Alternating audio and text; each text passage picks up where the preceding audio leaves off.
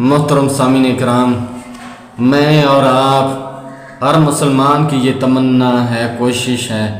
اللہ رب العالمین ہمارے اوپر رحمت کے دروازے کھول دے،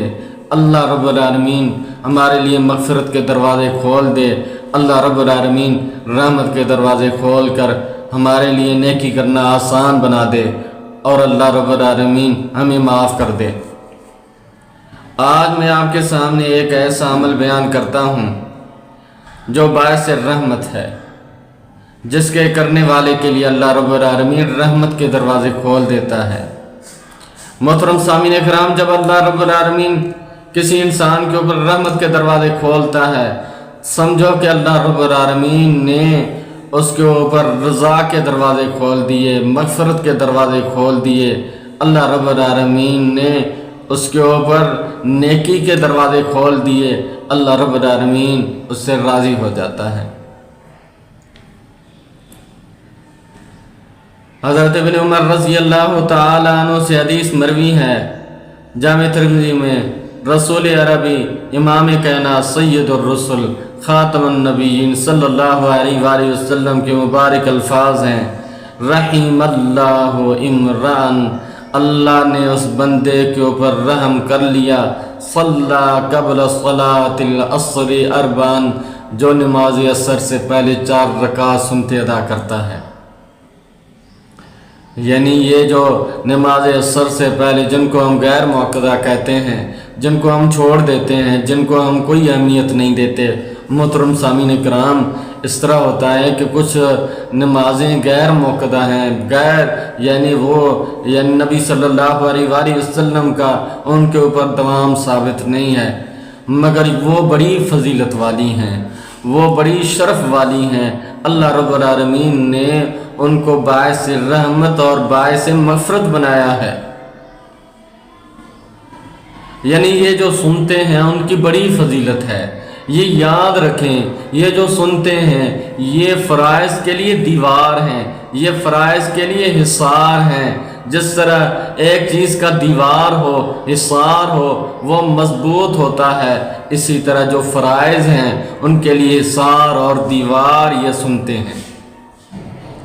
یعنی فرائض سے پہلے اور بعد میں جو سنتے ہیں یہ فرائض کے لیے حصار ہیں۔ جو انسان سنتے ادا کرنے والا ہے، نوافل ادا کرنے والا ہے، وہ اپنے فرائض میں کبھی کوتاہی نہیں کرتا۔